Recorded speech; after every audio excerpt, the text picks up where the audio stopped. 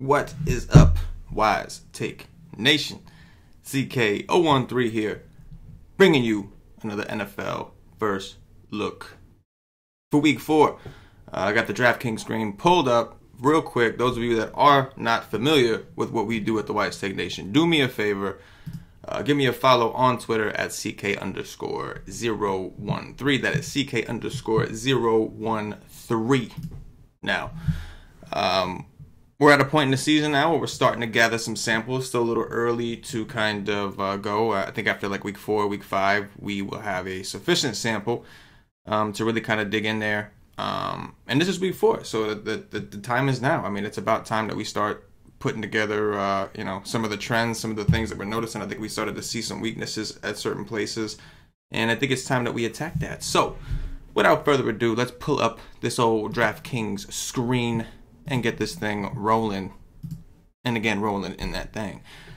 Starting off with quarterback, I'm going to be looking just generally. So, obviously, there's tournaments, there's GPPs. Your lineups are going to change depending on what contests you're playing. I'm going to build one that I think would be somewhat suitable for both, just to kind of go through some of the motions. So I do think that one of the more popular plays on the board should be pretty chalky, but I do think could be, like, it's kind of hard to fade, is going to be Giovanni Bernard against this Atlanta team. We saw Kamara have like 15 catches last week in week 3. We saw Christian McCaffrey dominate these guys as well. We all know that Atlanta tries to give up the passing yardage to running backs and try to make tackles. So Giovanni Bernard is a guy. So with Joe Mixon out, we know that he's in for all the volume. Got 12 carries against Carolina. More importantly, he had 9 targets and 7 targets the week before. So I do expect Gio to get a good amount of targets. I think he's going to be the first guy that we want to start things off with. In cash games, for sure. In tournaments, I guess you can make a case for the fade for those of you out there who just don't like to play any chalk. But at 6'3", it's kind of hard to pass up on him. Now that we have one of our running backs, we can go back to quarterback. So you got Aaron Rodgers at the top of the charts. Obviously, just an elite player. He gets Buffalo, who kind of shocked the world last week. I'm not quite ready to overreact to Buffalo. I think Aaron Rodgers is fine in tournaments, but I do think he's pretty expensive in a game that I do fully expect the Packers to pound up on Buffalo. I'm not going to overreact to 1 week. It was impressive, definitely an impressive game against the Vikings, but I'm not quite ready to say that Buffalo is all of a sudden this elite defense or anything like that. Tom Brady at home against Miami. This is probably a decent spot in tournaments to hop back on Tom Brady. Maybe Josh Gordon plays. We'll see what's going on if he gets some weapons back, but this seems like it could be a decent spot to hop on Brady. Everybody's kind of down on him across the board. Miami's actually 3-0. He's going to be at home. So at 6-7 for tournament specifically, I'm okay with that, but definitely a tournament-only kind of play. As far as Drew Brees, he has been awesome, dude. I'll pull up his game logs real quick. He's been tearing it up, just awesome. This is going to be his first game not inside of a dome, though. So I think that's something that we have to keep in mind. He's going to be playing the Giants. And I don't know, I just not really into it at 6'6". One thing I do like about Drew Brees is his targets are pretty concentrated between Michael Thomas and Alvin Kamara. So the good thing about that is you don't necessarily have to play Drew Brees in this type of scenario when you're concerned about his, we talk about his home and road splits. This is not just a road game. This is the first time he's going to be playing outdoors this year. So I think that if you really want exposure to Brees, you can probably look at Kamara, Michael Thomas, even if you want to play both of them and get your exposure that way. But obviously, in tournaments, he's got massive upside. Phillip Rivers against the 49ers with the injury to their quarterback, Jimmy Garoppolo. I just don't really see, they're going back to beat hard. I just really don't see a scenario where San Francisco kind of sticks around. So I think Melvin Gordon is where I'm looking in that game primarily. Deshaun Watson is definitely interesting against the Colts. You can see here that he's been getting the job done quietly. 29 looks like against the Giants, threw for 385 yards. So back-to-back games where he threw in the 300s. He's going to be playing in an awesome place for his speedsters over in Indianapolis. So we got guys like Will Fuller and DeAndre Hopkins who should be able to run extra fast. A defense that I don't believe is very good. I was impressed what they did to the Eagles. The Eagles really didn't stomp them out the way that I think a lot of us thought they would. But Deshaun Watson at 6'3", I think the price is right. I think the matchup is pretty solid. I I can dig it. Going down, Fitzpatrick against the Bears. That seems like kind of a tough spot. This might be the time I hop off, or I think that everybody should probably hop off Fitzmagic. He's been awesome, dude. Like, just tearing it up. And when you look at his game logs, his price probably still isn't high enough. But it is the Bears. It's going to be the best defense that he's seen, arguably. You can make an argument over that, but I think they're the best defense he's going to see. And he's going to be on the road. So we had the game against New Orleans. We saw that New Orleans, you can exploit them through their wide receiver twos. And Fitzpatrick did the same thing. I know that Mike Evans ended up having a big game, but it was kind of after Deshaun Jackson was tearing him up. So Fitzy in this particular situation, I'm not super high on. Matt Ryan, been impressive. Against Carolina, everybody was talking about his rushing touchdowns and how that's an anomaly. Then he comes back, puts up 370, throws for 374 yards against New Orleans, and gets it done the old-fashioned way with 5 passing touchdowns. So that was pretty impressive. At 6'1", I don't mind him. I do think this is a pretty interesting bounce-back week for Julio Jones, who we'll talk about in a second. Carson Wentz at 5'8", the price is right. Just not overly thrilled. I think the standout option we can look at down in this range is probably going to be Andy Dalton when you're coming down like this low. Andrew Luck's right above him. Andrew Luck is certainly tempting. The problem is, again, like, you don't need me to tell you, I'm sure you've seen every other person talk about this, is they're not letting him throw down the field. So that's going to, like, the upside is a little rough. He threw for 300 yards because he threw 53 times against Cincinnati. So you can make an argument that if you think Houston's going to be playing with the lead in this case, that Luck's going to have to throw a lot. It's just he's going to have to throw so much and complete so much and throw so many touchdowns to actually hit a ceiling type game because he's not throwing the ball down the field. Andy Dalton, pretty reasonable. Now you're already, like, if you put Dalton in this lineup, you're already setting up for like a triple stack in tournaments. But Atlanta, I mean, Andy Dalton's been pretty consistent, number one. He does seem like kind of the cash game way to go on DraftKings, especially if you're looking to save some money here. Threw 4 interceptions in his last game against Carolina. However, still threw for 352 yards, still threw 2 touchdowns, and still did okay at his price. He's a little bit cheaper now going up against Atlanta. Cam Newton was able to have a pretty big game against Atlanta. Not comparing Dalton to Newton. I understand they're 2 different kind of players. But Dalton does seem kind of like just, your safer option to go. And especially since we do like Giovanni Bernard, it just kind of makes sense. Like, we like Bernard because of the targets, right? Like, we expect Andy Dalton to have to throw to Bernard a lot as part of that funnel system that we've seen Atlanta force teams into. So Dalton and Gio, I think, is a fine pairing in cash games and in tournaments.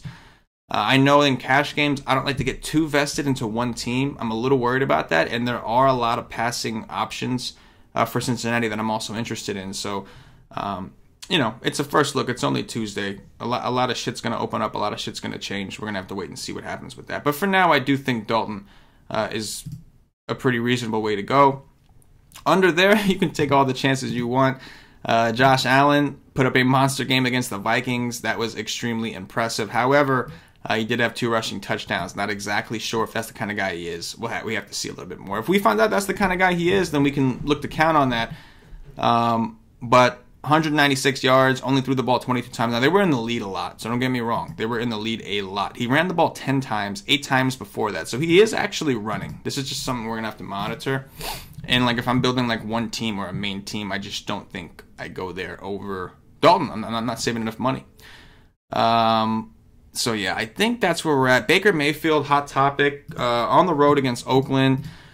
He threw the ball 23 times. I understand he didn't start that game, and people might wonder, like, what he could have done. It was impressive, super impressive against my Jets. But he is going to be on the road all the way across the country. Not that I'm afraid of Oakland's defense, but we have seen teams from the East travel across the country and not do so well. So I'm not really on Baker, just not into it. I think 5.3 is a little expensive for him. I'm going to just throw it out there. Could be wrong. We'll see. That's how I feel right now. We'll see what changes. Going back over to the other running back position, you've got Kamara, you've got Gordon, and Saquon Barkley. I think they seem to be on a tier above themselves. You can even throw Ezekiel Elliott in that. We'll come back to this and kind of see who we can afford and who we can't. Going over to wide receiver, Michael Thomas has just having an awesome year. Just the targets are just insane. And the efficiency is insane. Look at this: 16 for 17, 12 for 13, 10 for 10. That is efficient as hell. And so he's made like a solid cash game wide receiver spend up each week. The issue, of course, is the running backs. Like, there's a pretty big separation in running backs. So after you get past Barkley, and I guess you can say Elliott, probably more of a tournament thing, but even if you include Elliott in this, there's a pretty steep drop-off. You got Leonard Fournette, who's been dealing with hamstring injuries. You got Howard, who just is a part of a bad offense. Let's not sugarcoat it. David Johnson, who's not getting the usage. So there's a pretty drastic drop from the top running backs to the next tier, whereas wide receiver is a little bit deeper. Yeah, you got Michael Thomas, who's getting massive targets in 9-1, but you also have got, like, for instance, Landry, who is only 7-4 and is also getting massive amount of targets. So I think that there's just wide receivers just a little bit deeper in terms of tiers. So I think that at least in a cash game or a main team, the running back is the position that you're going to want to spend up for, and wide receiver is one that you're going to have to look for value and kind of see what you can find.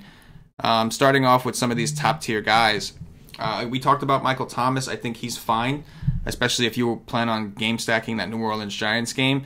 I do think you can get your exposure from Drew Brees by just playing Thomas or Kamara or both, but it is going to be very expensive. Odell Beckham's in a pretty interesting situation, but he's probably going to have his hands full with, what's his name? I think it's Marshawn Lattimore, who is a really good corner for the New Orleans Saints. So at 8-7, they're going to, again, another guy that's getting a massive amount of targets. I think he's got some touchdown regression coming. Hasn't had a touchdown yet. You know that's coming, but they're going to put their best corner on him, and it's just been too juicy to attack the opposing wide receivers. I know I'm not the only one that's on this. This isn't like a sneaky kind of situation, but Sterling Shepard, you got to like him as the number 2 receiver against New Orleans. He's only 4-9. He's coming off a good game, and coming off a good game is not the reason that we're into him. The targets have been there for the most part against Dallas, only 5, but 7 against Houston, 7 against Jacksonville. It's more so about the fact that they're going to have Lattimore on Beckham, and their second receiver has been getting the number 2 receivers have been tearing New Orleans up. We saw Ridley last week just completely go nuts on them. So Shepard at 4-9. I think is the way I would lean over Odell Beckham, at least in like a cash game kind of situation where I know I'm going to have to spend up at that running back. Obviously in tournaments, if you want to pay up for a receiver to be a little contrarian and then try to find that second mid-tier or cheap running back, you can certainly take a shot on that. But I do think that it's hard not to like Shepard. Coming down the list, I think Hopkins, again, I talked about this. This is a really good spot. The targets have been there, so the efficiency hasn't been as good. Like when you compare him to Michael Thomas, big difference in efficiency. The targets are still there, double-digit targets in 3 straight games. I think Hopkins makes for an awesome tournament play this week. And again, like if you can somehow pull off the triple stack with Hopkins and Fuller, who we'll talk about in a second, I think it's worth a shot with Deshaun Watson. It's definitely a decent spot. The issue, of course, is price. So if you're paying 8-4 for Hopkins, you may have a harder time paying up for that other running back that you may need or may not need. Of course, you can also simply see what you can come up with for the flex position and see what you're left over with. So Hopkins, I do think in tournaments is in a really good spot. Keenan Allen, I'm okay with Keenan Allen. The targets have kind of crept down a little bit. He is at home. Last time he was at home was against the Chiefs. He did have 11 targets. We know he's got big play potential on PPR sites like DraftKings. He's always a decent option. However, I'm a little concerned that the Chargers are going to blow them out and they're just not going to need him. So I do lean towards Melvin Gordon, as I touched on briefly before. Julio Jones, this could be an interesting bounce back spot for Julio Jones. The targets just haven't been there. But I wonder, like in week 1, he had 19 targets. So we know that they will when they have to. It's ironic to me that the 2 home games, he got significantly less of the target share on the team. So I understand, like Ridley, another situation, we looked at Odell and it reminded us of Shepard. We look at Julio Jones and it's going to kind of remind us of Ridley, who is only 4-9, coming off a massive game. He was really efficient in his last game, 7 for 8. I think the matchup was awesome. 3 touchdowns. That's kind of steep. I mean, he did well for us over at the Nation. A lot of us were on him, and he did awesome. So I'm not hating on Mr. Ridley. But at the same time, we got to see we got to see what's sustainable. One thing for sure is I think in the red zone, Ridley is definitely a big-time red zone threat. All these teams are prepping for Julio Jones. That's just that they're looking out for Julio, and it's just opening things up for guys like Ridley when they line him up on the opposite side of the field. So I definitely think Ridley is certainly in consideration. But again, if you're going for a full-on game stack of this game, we already have 2 Cincinnati players. I don't hate the idea of throwing in Julio Jones and Ridley together. If you were, at the very least, it's hard not to want Ridley in this kind of scenario when you do have Dalton, Gio already. So we'll have to kind of see what else kind of opens up. But we already have 2 value receivers that are decent. We can go for the third and just kind of play all the cheap guys that did well last week and throw in Tyler Boyd. Boyd, again, 6 for 7, 6 for 9, 3 for 5. Very, very consistent day. I do expect him to be pretty popular, especially because I know that Gio will be popular, and I have a feeling that Andy Dalton's going to be popular. So I do think that we're looking at a little bit of a chalk stack right here with Dalton, Gio, and Boyd. I'm not saying that it won't work. I'm not saying it's a bad stack. I'm just saying that I think it will be somewhat popular. But that's kind of what we're working with there. Again, like, if you are going to do a build like that, I think Ridley and Julio Jones do make sense if you want to do a full-on game stack. But in the meantime, let's just keep going. Mike Evans against the Bears, probably not going to go there. There's just too many good receivers. Devontae Adams against the Bills. He's been getting usage. He's been putting up massive scores, at least 1 touchdown in each game. I think I'm always fine with Devontae Adams. Even as a one-off, just to get you exposure to that game, I'm okay with it. AJ Green, questionable. So this is kind of interesting. There was no update as of Monday, so we're going to have to see. It looks like he said he should be fine for week 4. So if he does play, this is definitely an interesting spot for AJ Green. He's 7'5". He is cheap. He did have one pretty good game when he was way too cheap at 6'8". That was on a Monday, Thursday type deal though. So I think it was Thursday Night Football. But one thing about AJ Green that we know in the past, it didn't really work out so far this season, but we do know that Andy Dalton had a tendency to lean on AJ Green more on the road, and that's like a common team trend. When you have these superstar receivers, they're going to be leaned on a little bit more on the road. So I do think I kind of lean towards AJ Green this week, especially if you are looking to play Dalton. You can see, again, like if you really want one of those spend-up running backs, it's going to be kind of tough to... Even this tier is going to make things like difficult, right? Like if we just go the Boyd, Ridley, then yeah, we have no problems paying up for the receiver we want. But there's some decisions that have to be made here. Will Fuller, an awesome play at 6'8", going up against Indianapolis. We've seen Deshaun Watson just build this rapport. There's reports out there they're like best friends and all these great, wonderful things. That's fine and dandy. T.Y. Hilton's the question mark, right? He's only 7K. He is at home. The targets have been there. It's just the A.dot's low because Andrew Luck is not throwing down the field. So those are other things. I think Hilton is reasonable in a game stack if you were going the route with Deshaun Watson and his 2 receivers, Fuller and Hopkins. But I think in that game, the guy that we have to look at yet again, he was super disappointing. Well, first of all, we got to wait on the Jack Doyle news. So if Jack Doyle is ruled out again, which I don't know how bad this hip injury was. He was ruled out for it. It's a hip, I understand. But Ebron was the big chalk bust of last week. And the process was right. I'm sorry, but the process was right. 11 targets. He got 11 targets against Philly, just wasn't efficient enough.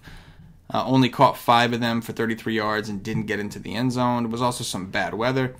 But the tight ends from New Orleans, from Indianapolis, that's going to be a thing that we have to look at week to week, especially when their prices are low. If Jack Doyle comes back, that makes Ebron a little bit less of a play. But either way, in tournaments, I think it's an interesting game theory play to go back there if Jack Doyle's in.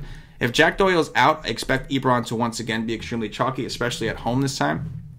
If Jack Doyle does play, I may go back to Ebron in tournaments just as one of those, we see it all the time in tournaments where a guy busts week in this, like Keelan Cole, perfect example.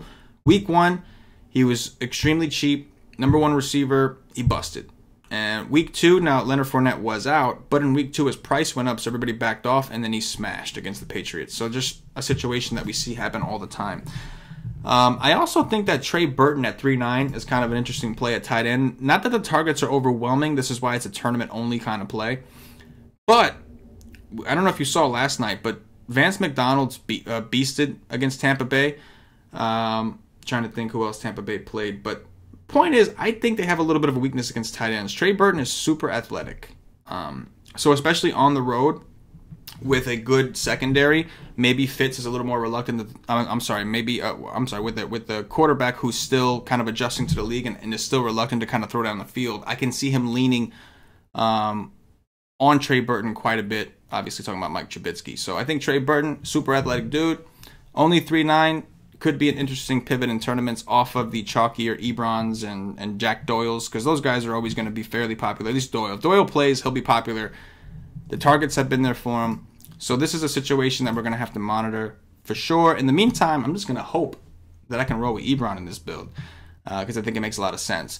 So you can already get an idea for where we are. If we look at some of these defenses just to get a picture, the Jaguars against the Jets at 4-1, that's obviously kind of a reach, very, very expensive. Last week, if you paid up for the defense and went with the Vikings, you were royally screwed.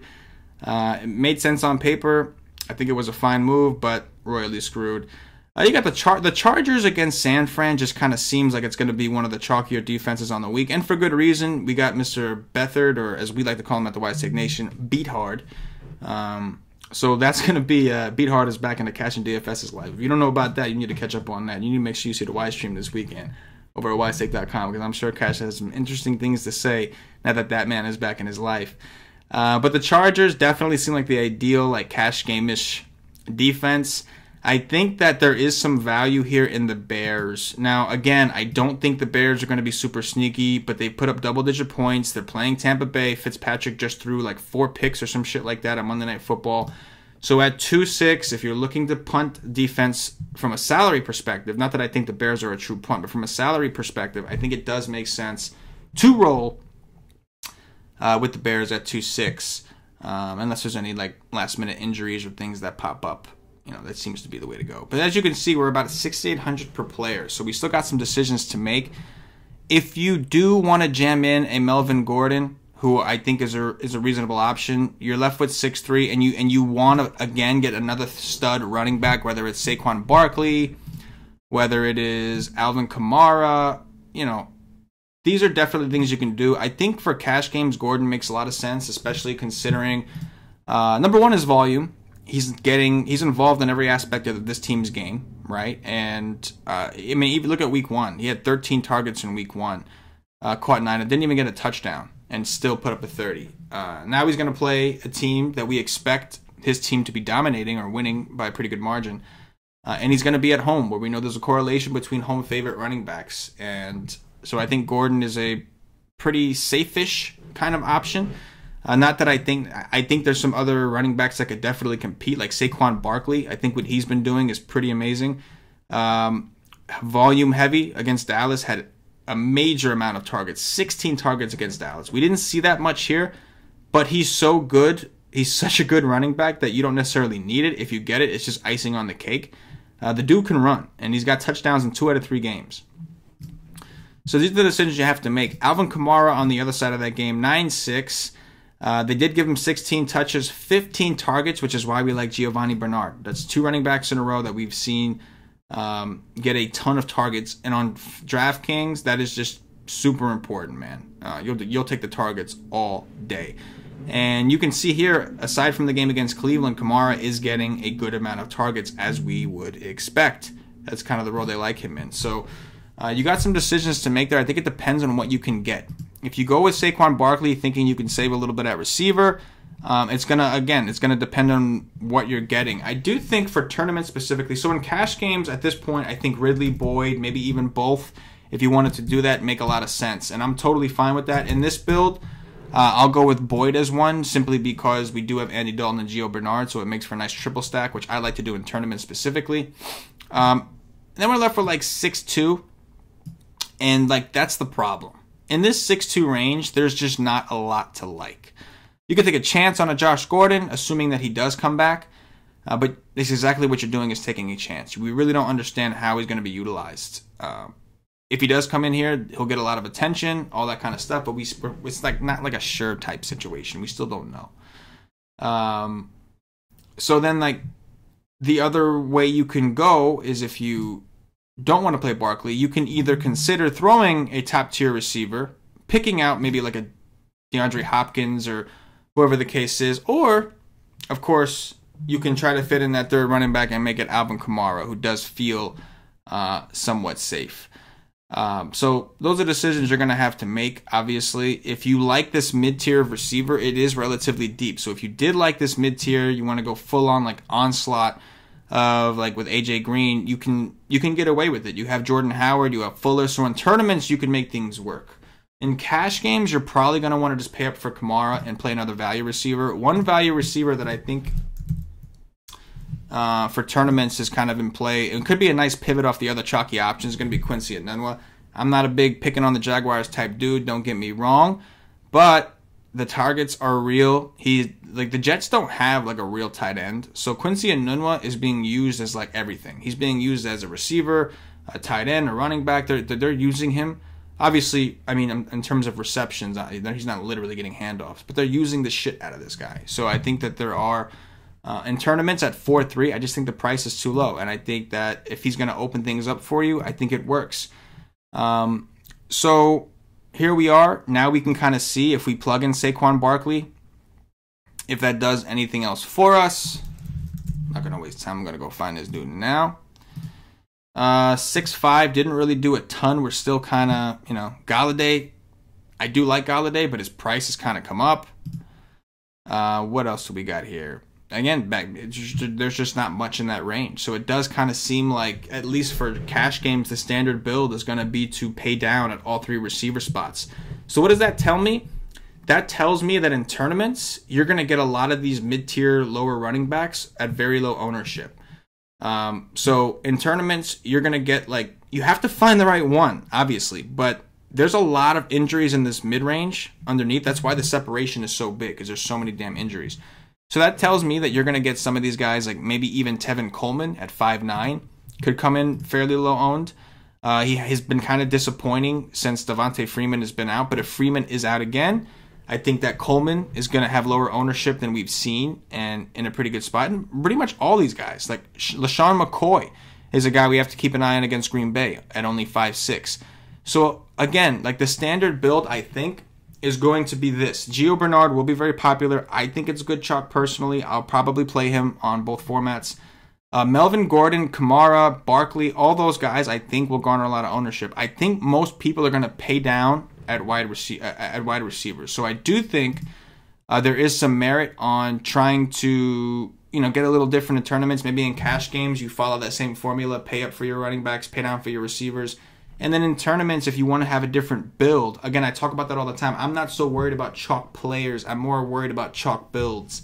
I don't want my lineups in tournaments to be in the same format as some of these other ones. So maybe that's where you make things work and you try to pay up for some receivers. That's where like the DeAndre Hopkins to, what's it called? Fuller and all those guys kind of come into play. And then you can still play a Saquon Barkley or an Odell Beckham and kind of make that work. Or even just a Shepard who we have in here now. So that's kind of where we're at. I think that I expect the cash builds to be fairly consistent across the board for the most part. Like I expect the ownership on these players to be a little higher. Like last week was different. There was Mahomes, there was Cam Newton, there was so many different ways you can go. In cash games, this one kind of seems to me like, especially after we had value receivers tear it up last week, I think this is going to be a pretty common build that we see. So just kind of something to consider. As far as like core plays, right now, it's still kind of early. I do think that Gio Bernard, definitely a core play. I do like Sterling Shepard a bunch. Those are probably the two guys as of right now that I'm like pretty certain I'm going to roll with. In cash games, you can even throw Melvin Gordon into the mix. In tournaments, I think there's merit, again, to trying to go the other way and pay down a little bit more. Like, for instance, last week, there was a lot of mid-tier running backs that people were on. There was Latavius Murray. There was Gio Bernard. There was Tevin Coleman. There was a lot of those like mid to lower Corey Clement, Smallwood, all these guys that were down there. So the higher price running backs weren't necessarily as popular as we're accustomed to. And I think that a majority of people spent upon a receiver. A majority of people went to Julio Jones, who had an overall disappointing performance, for example, and guys like that. And it was And I think that's kind of what it was. Like, people that went against the grain, paid down at receiver and paid up at running back, had an edge because Latavius Murray busted as chalk. And just in general, like, Tevin Coleman didn't do much. Gio Bernard did fine, but he didn't, like, dominate. So that's one thing you want to consider. A cash game lineup, you go with the grain. I think in cash games this week, you're going to want to pay up for a running back, maybe 2 if you can, play Gio Bernard, pay down at your 3 receiver spots, and kind of pay down at quarterback. In tournaments, I think that there's merit to going a little bit against the grain and maybe trying to see if you can find that gold with the running backs. I'll talk about all that stuff in the article. I'll write the cash game article over at Wise Take if you have a subscription. I will also do my due diligence, if you will. I've been writing. Last week I wrote a GPP notes thing, which I thought was pretty cool. I had a pretty good time, so I'll definitely be taking a look at that.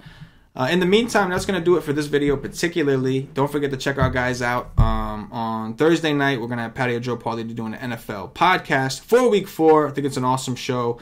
Those guys are just great personalities. They know sports. They have a lot of fun doing what they do. In the meantime, guys, don't forget to check us out and follow us at wisetake.com. And follow us on Twitter at wise_take to make sure that you're getting all that you need with the Wise Take Nation. So with that said, that is going to do it for this video. If you are watching us on YouTube, please click that like button, subscribe to the channel. I'm going to try to do this. I'm going to try to do this shit more often. If you are watching us on Facebook, give us a like and a share to support the Wise Take Nation. If you are watching us on Twitch or Twitter, give us a follow, give us a retweet. Do the damn thing. All these things go a long way here for us, guys. We like to do these free shows for you guys whenever we can. In order to do it, we gotta feel the love. In order for us to, we feel the love, we don't mind doing these videos. We gotta feel the love. So do your part if you're watching or listening, and show us that appreciation, show us that love, and we'll try to keep it coming.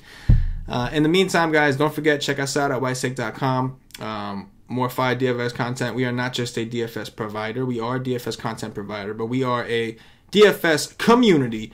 And that's where shit goes down. The NBA package is up. The NFL package is up. Everything is rolling. We're winding down on MLB, but we're still going strong. We got an all-sports package that'll just have you all good to go from now up and through basketball all year round. It don't stop. We don't stop. So do what you do. In the meantime, guys, I'm going to get up out of here. Hopefully you enjoyed this video. Leave me some comments. Give me some feedback. Maybe some things you would like to see. Maybe some things you didn't like to see. I mean, you want to go back and forth with some plays. That's fine. Do your thing here. But I'm more looking for constructive criticism, things that maybe I didn't cover that you guys would like me to cover. Tried to cover both tournaments and cash games, so I didn't build a full lineup because I think it really depends which way you're going to go, if it's a cash game or a tournament. But anyway, guys, catch me at the Wise Take Slack. That's the Slack chat for monthly members or higher. That's where you can find me during the week. In the meantime, I got to go dig into some MLB research because we got some more money to take down today. This is, once again, CK013. Hit me up on Twitter at CK_013. And I'll catch y'all guys later. Good luck.